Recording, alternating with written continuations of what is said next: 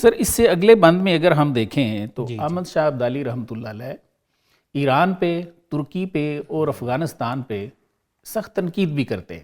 صحیح. تو ایک تو یہ بتائیں کہ وہ تنقید کیوں کرتے ہیں، اور دوسرا وہ یورپ کی ترقی کا راز بھی بتاتے ہیں. صحیح. اور ان کو وان کرتے ہیں کہ ان کی ترقی کا راز یہ ہے، جس چیز کے پیچھے تم پڑ گئے ہو نا وہ نہیں ہے.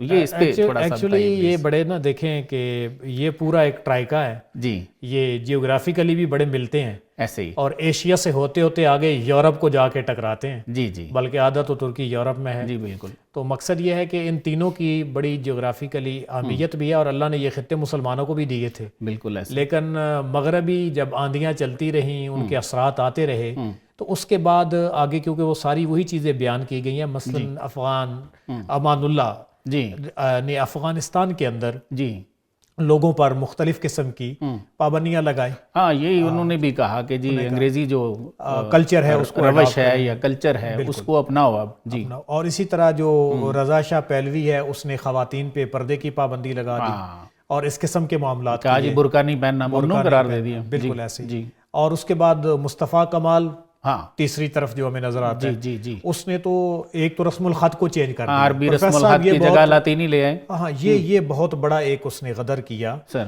کہ اس نے وہ ہلاکو اور دوسروں کی تہمتیں نہیں لی کہ جنہوں نے ماقبل لٹریچر سے ڈسکنیکٹ کرنے کے لیے انہیں کیا کیا، دجلہ و فرات میں بہا دیا. صحیح. لیکن یہاں پہ اس نے کیا کیا کہ جو ان لوگوں کا رسم الخط تھا وہ عربک تھا، ہاں اس نے اس کو چینج کر دیا. جی. آہستہ آہستہ بوڑھے لوگ لائبریریوں میں رہ گئے. صحیح. اور پھر کیا ہوا، انہی کی اولاد نے وہ پرانی کتابیں اٹھا کے وہ بیچ دیں اور ان کو ردی میں پھینک دیا، کیونکہ وہ جو اگلی نسل تھی صحیح. وہ عربک نہیں، وہ گریک جو رسم الخط ہے، یونانی رسم الخط وہ پڑی ہوئی تھی. بالکل ایسے. تو یہ وہ جو غدر ہوئے تھے ملت کے ساتھ، ان چیزوں کی جانب اشارہ. پھر یہ بال کٹوانا شروع ہو گئے. اور پروفیسر یوسف سلیم چشتی صاحب نے تو لکھا ہے کہ جی پہلی دفعہ جو ترک خواتین ہیں انہوں نے مقابلہ حسن میں بھی شرکت کی. مقابلہ حسن. جی جی جی. بالکل. اور یہ سات پنڈلیاں جو ہیں یہ ننگی رکھنا، یہ تو آج کل بھی ہم میں چل رہی ہیں چیزیں ابھی تک. تو یہ اس نے سٹارٹ کروائی. یعنی کہ یہ وہ جو انہوں نے اڈاپٹ کیا، اس اڈاپشن کے بعد اس کے اثرات نسل در نسل ایک صدی گزر گئی ہے. جی جی. لیکن وہ اثرات آج بھی ہم اسی طرح فالوئنگ کے اندر جو ہے اسی پہ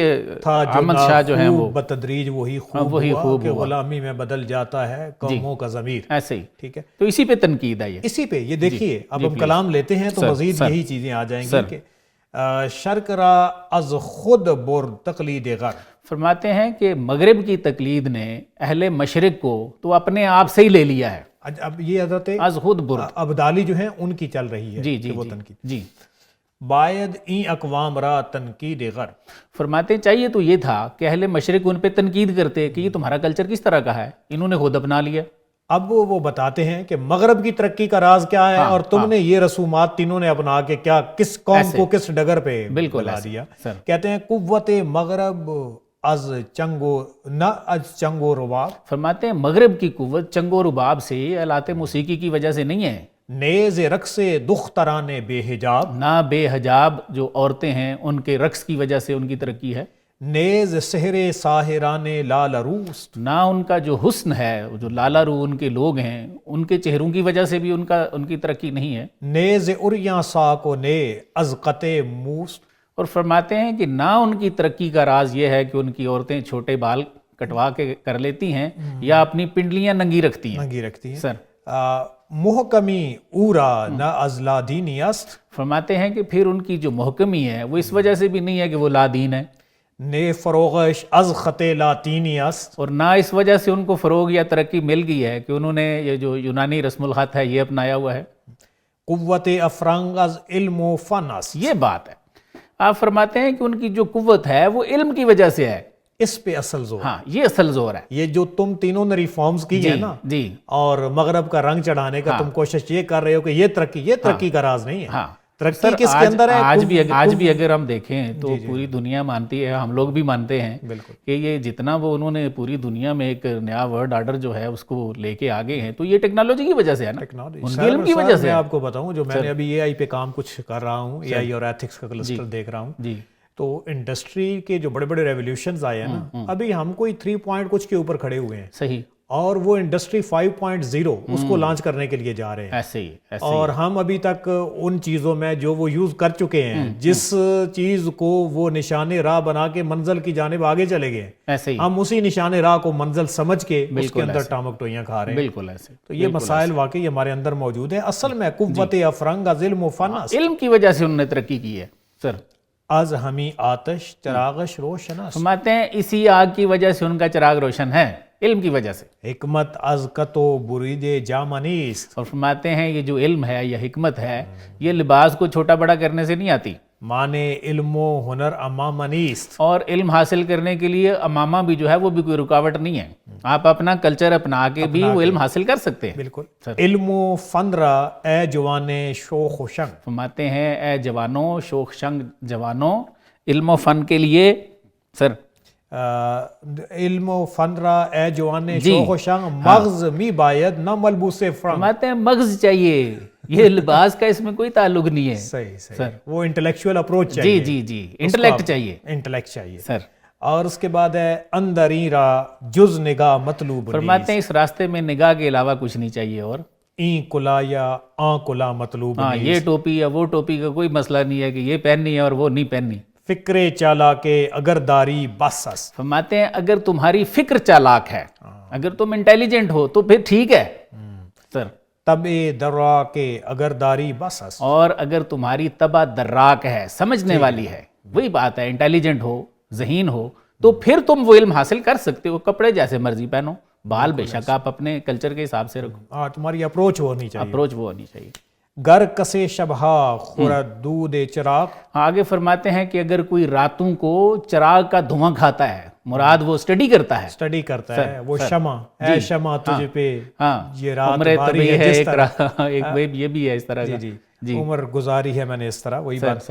گیرد از علم و فن و حکمت چراغ. تو فرماتے ہیں کہ جو راتوں کو چراغ کا دھواں کھاتا ہے یعنی اسٹڈی کرتا ہے تو علم و حکمت کے دروازے اس پر کھلی جاتے ہیں. پے علم چو شمع می باید گداز. بالکل ایسا. علم کے لیے تمہیں شمع کی طرح پگھلنا پڑتا ہے. ہاں، پگھلنا پڑتا ہے. ٹھیک ہے. تو اسی لیے میرے خیال میں اس پہ ایک اور بڑا عمدہ شعر ہے سر کہ دین چیست ہاں سراپا سوختن اندر طلب. واہ انتہائش عشق آغازش ادب. واہ. تو یہ ہماری وہ ایسٹرن روایت ہے بالکل ایسا کہ جو ادب سے شروع ہوتی ہے اور اس کی انتہا عشق کے اوپر ہے.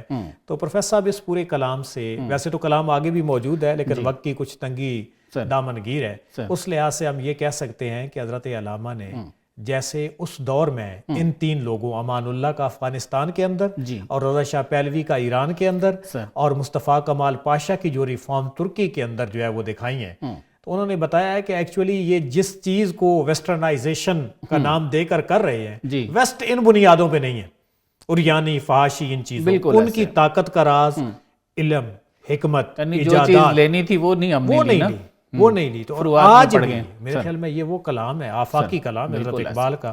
آج بھی ہمارے لیے یہ ہدایات ایسے ہی موجود ہیں کہ جو ہماری نسل نو اس کلچر کو اختیار کر کے، ان چیزوں کو اختیار کر کے، یا کہا جائے کہ اس میں ترقی ہے، اس کے اندر ترقی نہیں ہے. ترقی یہ ہے کہ تم علم کی دنیا میں جب پوری دنیا رکی ہوئی تو حد ہی ہو گئی ہے نا. اب تو اس کلچر والے جو ہیں وہ تو اپنے مذہب کو کویسچن کرنا شروع ہو گئے ہیں. بالکل ایسا. جیسے وہ 16 سینچری میں یورپ میں آئی، سائنس کی بہار آئی، تھوڑا ترقی ہوئی، تو انہوں نے کرسچینٹی کو شروع کر دیا کویسچن کرنا. اگرچہ اس میں کافی چیزیں تبدیل تھیں لیکن ہمارا جو قرآن ہے اس میں تو کوئی تبدیلی نہیں ہے.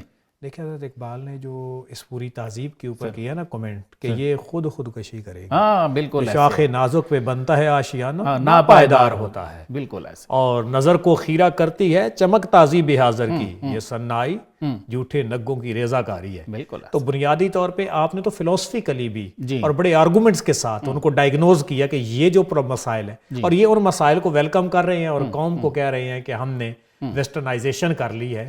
اگر وہ کرنی ہے تو وہ تقلید، کیونکہ علم سید ابو الحسن ندوی کے الفاظ کے مطابق نہ شرقی ہے نہ غربی ہے. بالکل ایسے. علم مخدوم ہے. بالکل ٹھیک. اور اسلامیت و مغربیت کی جو کشمکش ہے وہاں پہ بھی انہوں نے انہی تمام چیزوں کا بڑا عمدگی کے ساتھ ذکر کیا ہے. بالکل سر. تو اس لیے ہمیں آج ان چیزوں پہ توجہ دینے کی ضرورت ہے کہ اگر ہم علم اور حکمت میں آگے جائیں گے تو ہر دور میں کرتا ہے طواف اس کا زمان. بالکل ایسے. بالکل ایسے.